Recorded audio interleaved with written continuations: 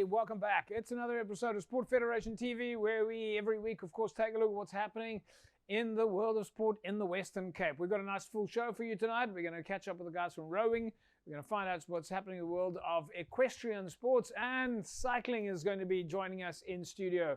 But to get the ball rolling, joining me now is George de Plooy, South African rower. George, nice to have you in studio. Welcome. First time for you. Yeah, thanks for having me. It was great chatting with you just in the build-up to this, to find out more about rowing, because when we think about rowing, we think about, well, I don't know, we think about rowing, still water, a whole bunch of Cambridge against Oxford. Is that the same sport that you do? Yeah, quite. So most of my training is that, flat water. Yeah. But what I've been selected to go to World Champs for South Africa is called coastal rowing.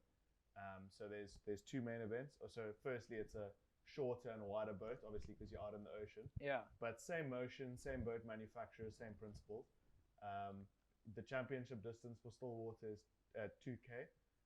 I'm racing a long events, 4K and 6K, in the first leg of the World Rowing Coastal Championships.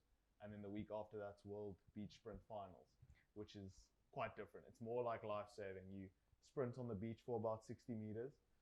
Then there's three buoys you kind of have to slalom through, turn around, sprint back, and then another 60 meters of running. So all in all, you're looking at about 3 minutes of all-out effort. Okay, let's go back a little bit, because because you kind of gave me the whole big picture now, from local rowing all the way to the world champs. Yeah. But let's just start. Okay, so you guys, from a rowing perspective, you've got the traditional still water rowing where we see one, two, up to 4 or 8 guys in a boat. And that boat is a much slim. That's what you call it, right? You call it a boat. Yeah. Yeah. Although it looks like a canoe. Yeah. And in that sport, you guys are rowing backwards. Yeah. It's not the same as the canoeing guys that are paddling forward. Forwards, Right. All right. And you've got the same version, but in a different boat on the ocean. Exactly. All right. Yeah. So how does the training, the training, I suppose, how does that differ from still water to a coastal space where you got to think about waves and rocks and things like that? Yeah. So I would say, to be honest, the principles are quite the same. So it's still a lot of strength and conditioning. Yeah. A lot of a rowing machine, and then it's just getting out in the ocean as much as you can. So the obvious question that I've got is, when you're on the ocean and you're rowing backwards, how do you know what's coming? Because the guys that are paddling forward, they can see when the waves are coming. How do you guys just go for it, or are you looking over your shoulder? Or? Yeah, that's sort of part of the art of the navigation, and where you can see the experience come in, because you do have to look behind you, and obviously with currents and that, it can throw off your boat's course. So you actually have to end up looking behind you every 4 or 5 strokes. Right. Yeah. And so from a training point of view, is the training, you say it's very much the same. So I suppose physically you've got the same, but you have to find ocean water training time? Definitely.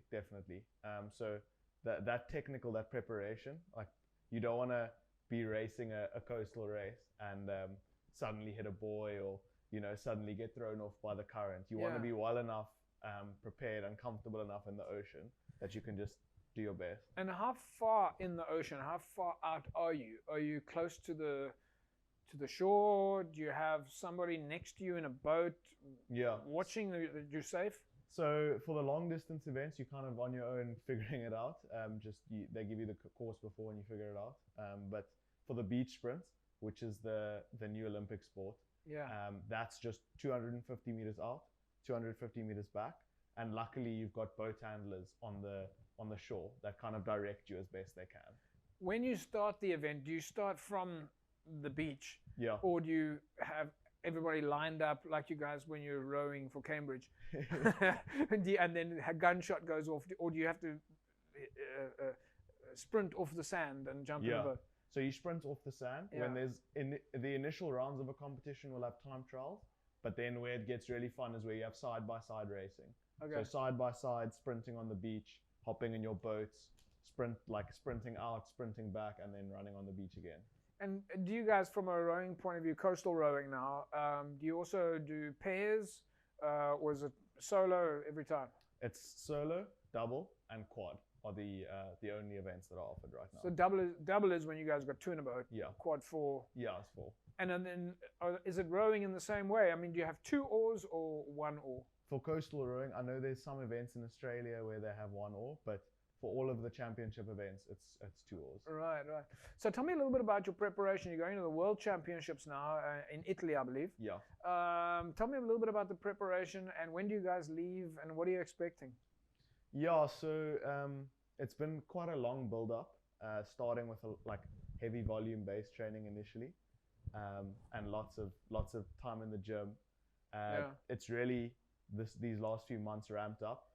More rowing and a lot more coastal rowing especially. So try to get out to Simonstown once, twice a week. Is that your sort of training ground, Simonstown?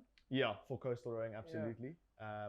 I still try go to Sekufle out in Grassy Park for some still water, just to make sure I stay sharp technically, and can still balance myself in a still water boat. Is it quite a difference? I would say so, yeah. And the boat's twice as heavy in the ocean. So you talk about the gym, that you're in the gym as well. What type of training do you guys do in the gym to supplement your rowing? So a lot of compound lifts. So you want to be working the big muscle groups and a lot of muscles at once. And then it's split between sort of maximum strength training and then a little bit of maximum power explosive stuff. And then sometimes if there's a third session, it'll be like more core balance focused, those sort of things. So Italy then in just around the corner. Yeah. Who are the top guys, the top countries that you're up against? Yeah, so there's in the single for sure. There's Spain has a very strong sculler. I know GB as well. They've made a change from the last 2 world champs. Their sculler I know decently well. I've raced him before.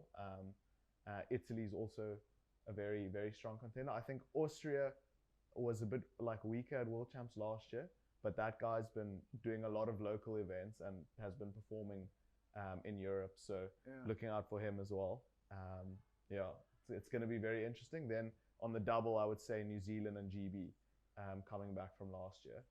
How many of you guys are going over from South Africa? There's about 9 of us. In terms of seniors, we'll be racing men's and women's solo, mixed double, and then a mixed quad.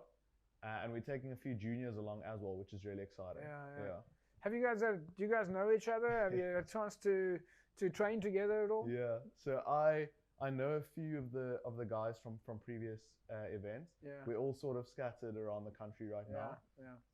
So yeah, I don't know the whole team, but we'll have a lot of time to prepare that side. And I mean, within our boats, like we've done a decent amount of preparation. I'm assuming that most of the guys from the other provinces are not from the inland provinces, and they're probably from KZN or Eastern Cape. Yeah, exactly. George, we're going to leave it at that. Fantastic. We want to really find out more about rowing. I don't want to call it backward rowing, but